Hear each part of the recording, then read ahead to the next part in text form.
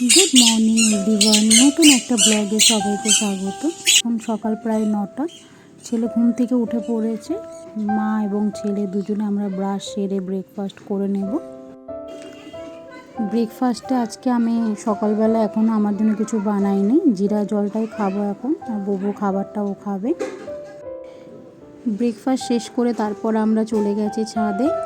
বুবুকে দেখো, একবার বালতি নিয়ে ভাবছে ও জামা কাপড় মেলে দেবে, তো আরেকবার ভাবছে ও গাছে জল দেবে।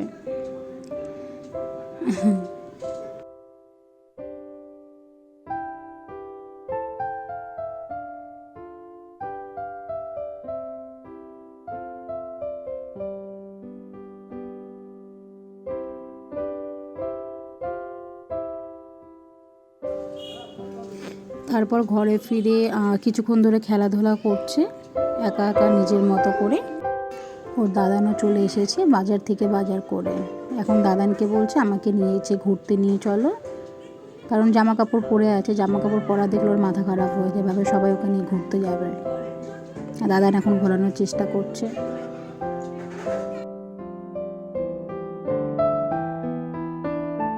সকালে ব্রেকফাস্টে আজকে ছিল কচুরি আর তরকারি। শ্বশুরমশাই এদিকে দেখো সমস্ত কিছু সবজি গুছিয়ে পরিষ্কার পরিচ্ছন্ন করছে। আজকে রান্না হচ্ছে চিকেন, আমাদের দুজনের জন্য অল্প করে। বড়মশাই রান্না করছেন। এটা ছেলের জন্য রেডি করা হচ্ছে, চিকেন চিলা বানিয়ে দেবো দুটো।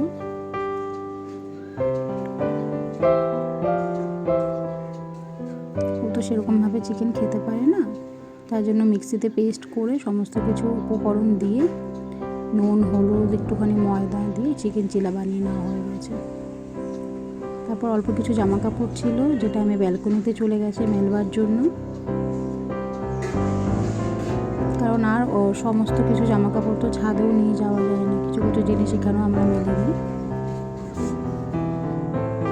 ছেলে দিকে কিছুক্ষণ ঘুমিয়ে নিচ্ছে, বেশ ভালোই হয়েছে আমার। এখন বিকাল প্রায় 6টা। এখন দেখো বায়না শুরু করেছে, এখন ওকে বাইরে ঘুরতে নিয়ে যেতে হবে। বাইরে ঘোরার জন্য পুরো পাগল, শুধু বাইরে যাবে, শুধু বাইরে যাবে, বায়না করছে দেখো।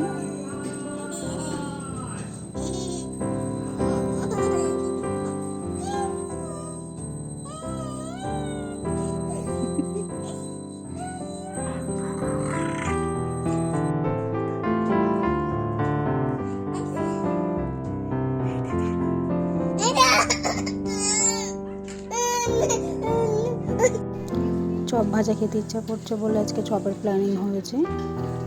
এটা বেগুনি চপ ভাজা করছে শ্বশুরমা। সন্ধ্যেবেলা মুড়ি আর আলুর চপ আর বেগুনির চপ খাওয়া হবে। এটা দিয়ে আজকে ব্লগটা আমি শেষ করছি। Thanks for watching.